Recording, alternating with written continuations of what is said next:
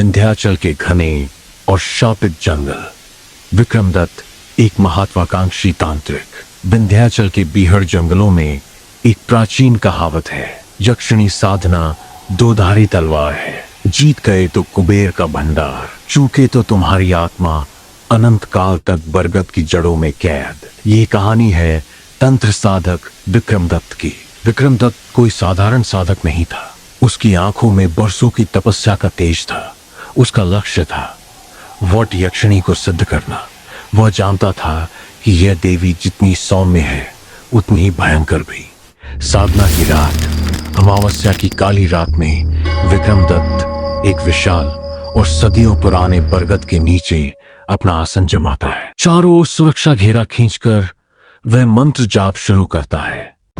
ओम हरीम वतवासिनी यस्कनी आका छाक सवाहा। मैं तुम्हें आशीष देता हूँ, प्रकट हो, इस सभेलना को सफल करो। अचानक जंगल का तापमान गिरने लगा। हवा भारी हो गई।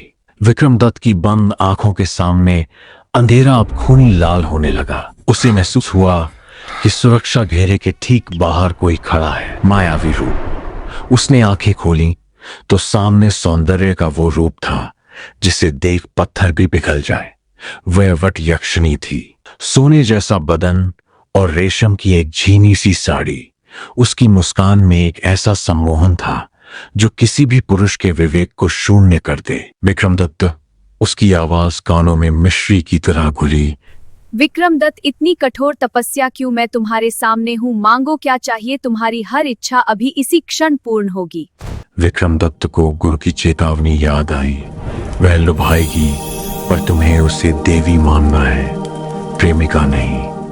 लेकिन यक्षिणी की गर्म सांसें अब उसके चेहरे के करीब थीं। वह घेरे की लकीर पर खड़ी अपनी बाहें फैलाए कह रही थी, सिद्धि तो छोटी चीज है साधक, मेरे पास आओ, मैं तुम्हें वो सुख दूंगी जो देवताओं को भी नसीब नहीं।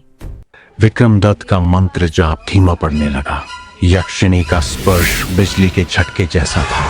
काम वासना ने उसके विवेक को निगल लिया। उसने सोचा, बस एक स्पर्श ही तो है, मैं तुम्हें वश में कर लूंगा। यह देवी मेरी साधना का अंतिम द्वार है। अंत मंत्र रुक गया। माला हाथ से छूट गई। विक्रमदत्त ने सुरक्षा घेरे से बाहर हाथ निकालकर यक्षिणी की कलाई थाम ली। स्पर्श करते ही दुनिया बदल गई।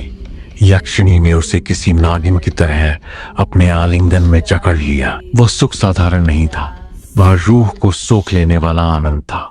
मुझे छोड़ दो देवी, यह अग्नि मुझे भीतर से जला रही है, मेरी शक्ति क्षीण हो रही है। वह प्यासी यक्षिणी उसे बूंद बूंद निचोड़ रही थी। विक्रमदत्त का शरीर शिथिल पड़ने लगा, पर उसके चेहरे पर एक जड़ मुस्कान थी।